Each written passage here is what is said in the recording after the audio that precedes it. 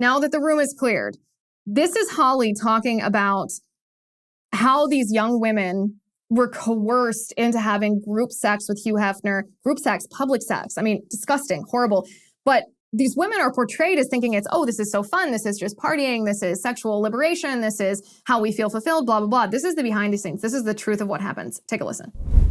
Everybody wanted to get this over with as quickly as possible. Like, none of the females were into it. Like, sorry to burst the bubble, but none of us were into it.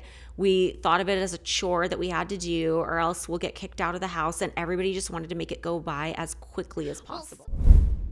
So what she's saying is that the sex in the Playboy mansion was transactional, which to a certain extent we always knew, right? Those of us who warned that the sexual revolution is a bad thing, and that separating sex and morality is going to create a fundamentally broken society. But that's what she's saying. She's admitting that sex is transactional. And who does transactional sex hurt the most? Well, it hurts women the most.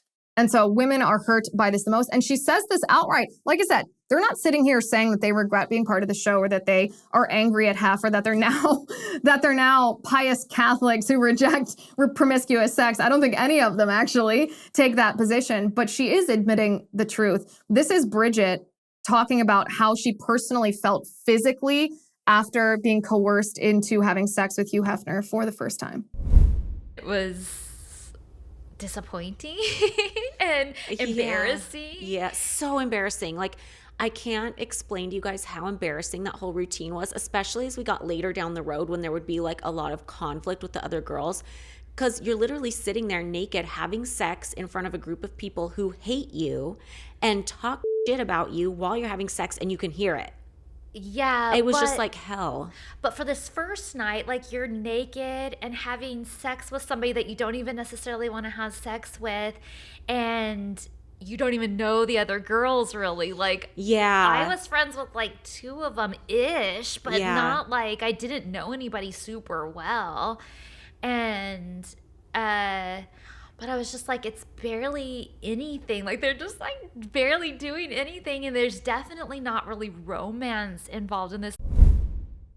This is just an example of what Catholics, especially Christians especially, have said for a long time, that first principles exist. First principles meaning there are objective truths in our reality. It's natural law, really, that exists whether or not you acknowledge it. And one of those natural laws, or one of these pieces of objective reality, one of these first principles, is that you actually can't separate yourself from God. You can reject God, but just because you don't believe in God or act according to his tenets, you can't fully separate yourself from that. And this is perfectly exemplified here, because what she's describing feeling is shame. And shame is not just a feeling that comes because there is some societal stigma that is artificially manufactured and placed on a certain behavior. Shame is something that is formed inherently inside of us. It's part of our consciences. And shame is not something that's necessarily bad. There are bad parts of shame. There's toxic shame, which means not being able to forgive yourself even as God has forgiven you. But shame itself is actually, as John Paul II said, shame is actually an acknowledgement that part of you is worth protecting, that you have inherent value and therefore shouldn't be degrading yourself or allowing yourself to be degraded in certain ways. And what both Bridget and Holly in that clip are explaining are feeling shame, feeling embarrassment. And this is what we said would happen under the sexual revolution. And they're talking about, again, they're not going on the mega church tour here. They're not becoming evangelical or Christian or Catholic preachers here. But what they're doing is they're really stating the reality of what it is if you buy into the narratives that the sexual revolution tries to sell. And there's so much coercion involved with this too. This isn't just women who are like, okay, well, if there's no morals, I'm going to do these things. No, this is actually somewhat what I was talking about with She-Hulk before, and about how feminism has told women that women shouldn't just have an equal choice. They shouldn't be just free to make the choice that they want to make. They should be encouraged to try to mimic men. This is what the sexual revolution told women about sex. Women are very relational about sex. The vast majority of women don't want casual sex anyway, even if they don't have religious compunctions against it, or even if they don't involve it with morality, they simply don't want casual sex. They want sex in a committed relationship with someone that they love. But the sexual revolution told women that that's wrong, that feeling is something to be ashamed of. That feeling is something to be rejected. But truthfully, women can't reject that, as Holly articulates in this part. I thought I would have a chance to kind of see what's going on, see if I was comfortable with it. I just remember feeling so gross and so used. Like I felt like this girl was being so nice to me and so welcoming, but really I was just like another piece of meat for her to throw under him so she looks better. Another piece of meat just being used.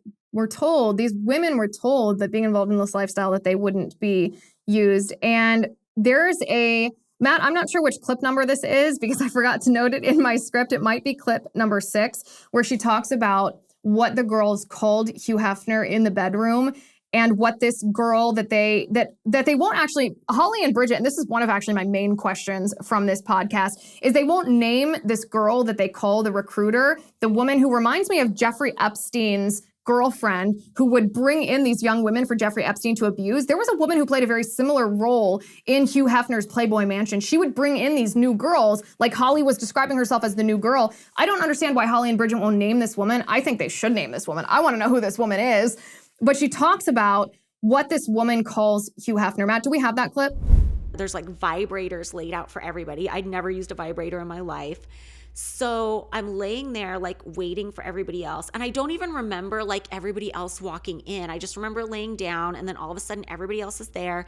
And the first thing that happens is the recruiter says, Daddy, I'm gagging as I'm saying this, but everybody used to call him Daddy in the bedroom, which is so gross. So she'd be like, Daddy, do you want to get the new girl? And I you not, next thing I know, he's on top of me. And I was like, okay, so wait, he was on top of you? Yes, I was laying at the end of the bed. Because later on, like things would get so routine, like he wouldn't move. He would be like a bump on the log in the middle of the bed. But also like I wasn't getting up. So I guess if he thought I was the first one he was going to have sex with, he had to get up because I was so wasted. So I just hear her going, Daddy, do you want to get the new girl? And next thing I know, he's on top of me. And I'm like, okay, so that happened.